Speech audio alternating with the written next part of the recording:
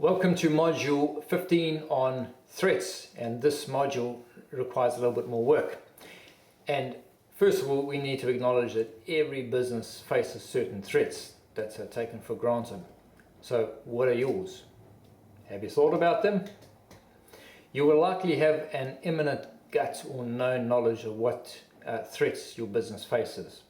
What we would like to do in this module is to get these threats down on a piece of paper or into the computer and to openly acknowledge them and to estimate both how likely and how significant each of the threats are in your business. When considering business threats, a great model to use is Michael Porter's 5 Forces model. This was developed many decades ago, and this model is still the go-to model or methodology in understanding business threats. It is also not industry specific. That's really important. Completing the 5 Forces model is a subjective exercise, so it's important that you be as honest as possible as you're going through the exercise. No point in you kidding yourself on this one.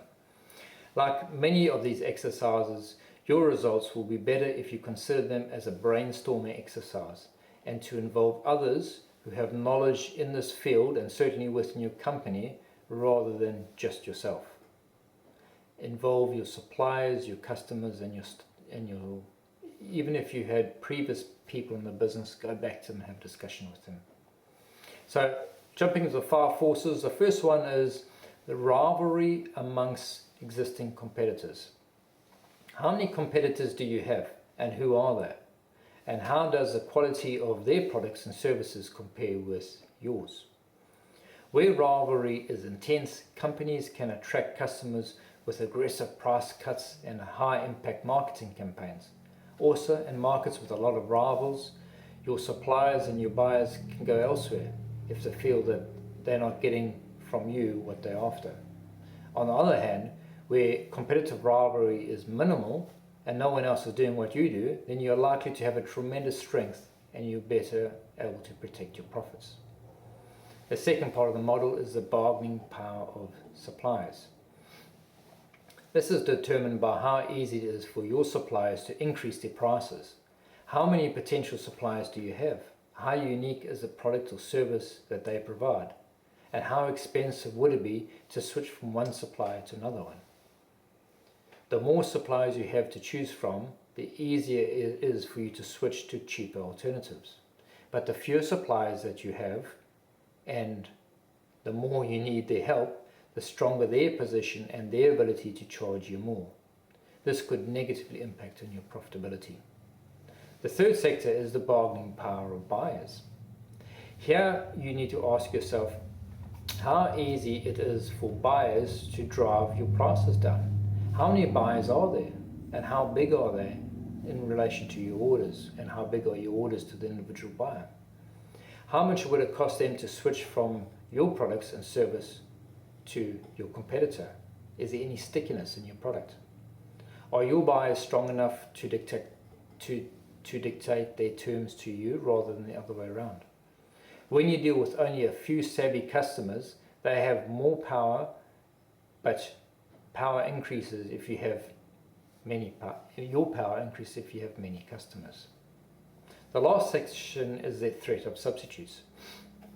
This refers to the likelihood of your customers finding a different way of doing what you supply.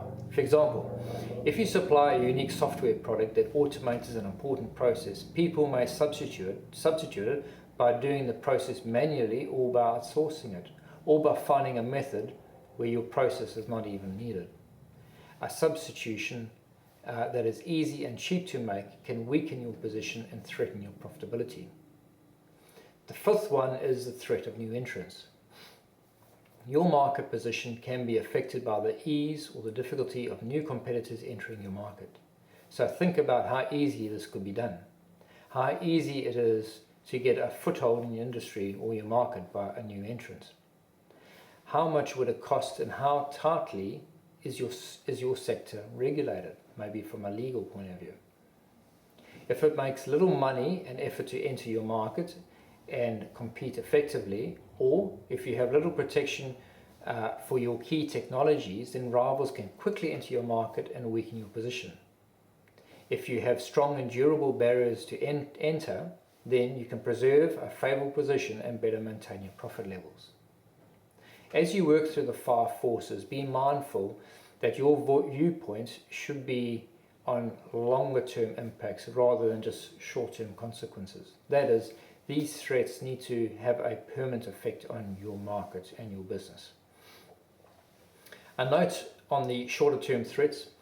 When developing a strategy in the context of your SOAP, we are really trying to position the business so it is both differentiated from your competitors and its outputs is valued by its customers. Short-term threats are obviously highly significant, such as arrival of a new competitor or the liquidation of a new customer. This may cause significant cash flow challenges for you, but are also managed within a much shorter time frame, for instance in your 90-day plans, rather than your longer-term business strategy. So as you're going through this exercise, if you need to replay the video, replay it, but you really do want to jump into your workbooks now and give it all and think through every single step of the 5 forces Porter model.